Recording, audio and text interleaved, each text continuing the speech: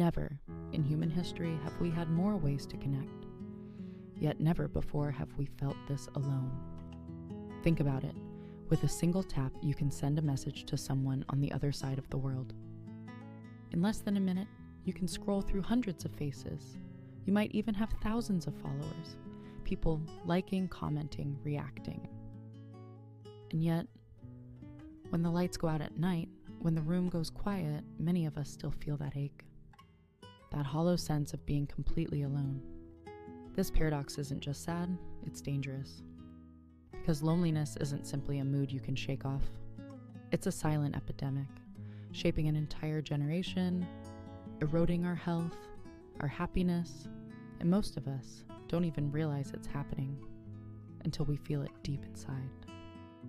Meet Emma. She's 26, lives in a busy city, and her phone never stops buzzing.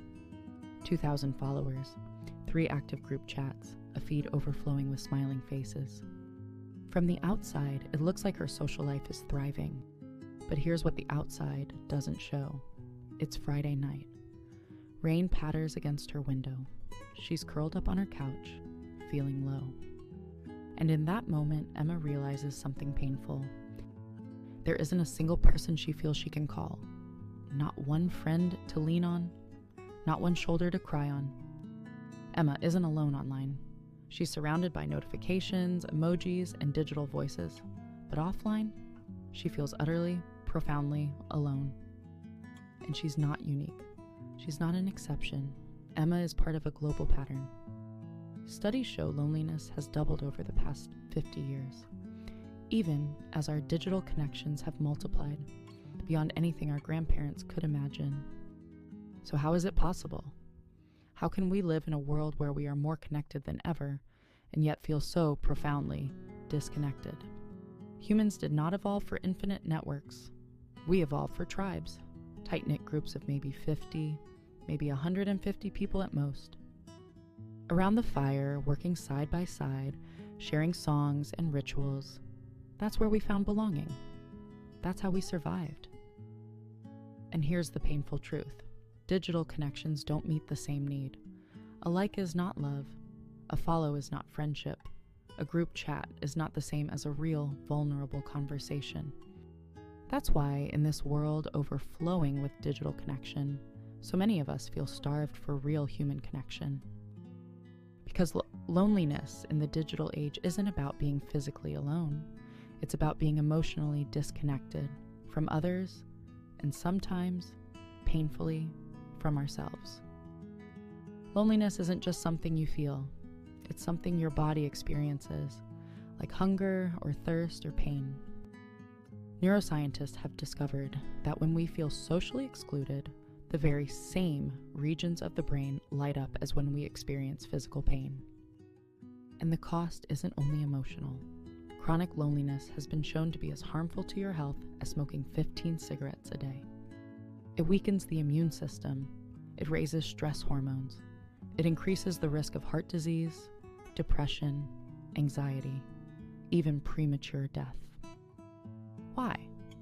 Because from an evolutionary perspective, being cut off from your tribe meant danger.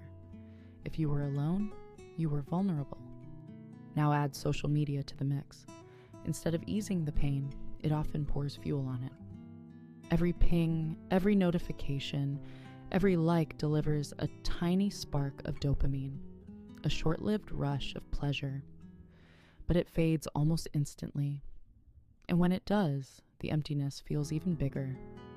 This is why experts call loneliness one of the greatest public health crises of our time. It's not just a sad story, it's a silent killer. So what can we do? How do we turn shallow connection into something real, something nourishing? Digital hygiene. This doesn't mean throwing away your phone or deleting every app. It means taking control. Use platforms with intention. Set boundaries. Replace endless scrolling with meaningful interaction. Prioritize depth over numbers. Research shows it isn't how many friends you have that matters. It's how deeply you're connected. 1 or 2 people you can truly count on makes a bigger difference than 2,000 casual connections.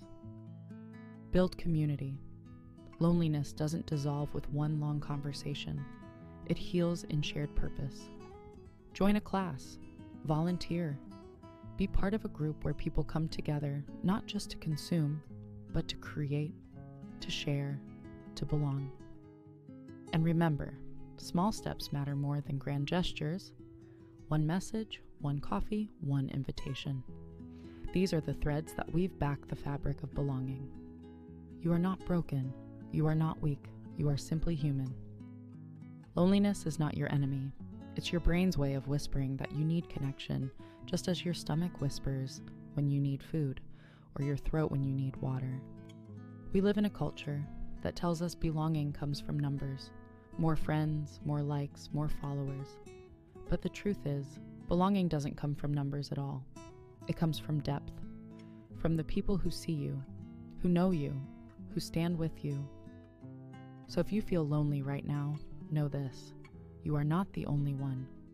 Millions feel the same. And the way forward isn't another hour of scrolling. It's another moment of being human. The digital age has given us endless tools. But tools are not meaning. Tools are not belonging. It's up to us to use them wisely, to create depth, not just noise. If this message resonated with you, share it with someone who might need to hear it. And subscribe for more journeys into psychology, society, and the human heart.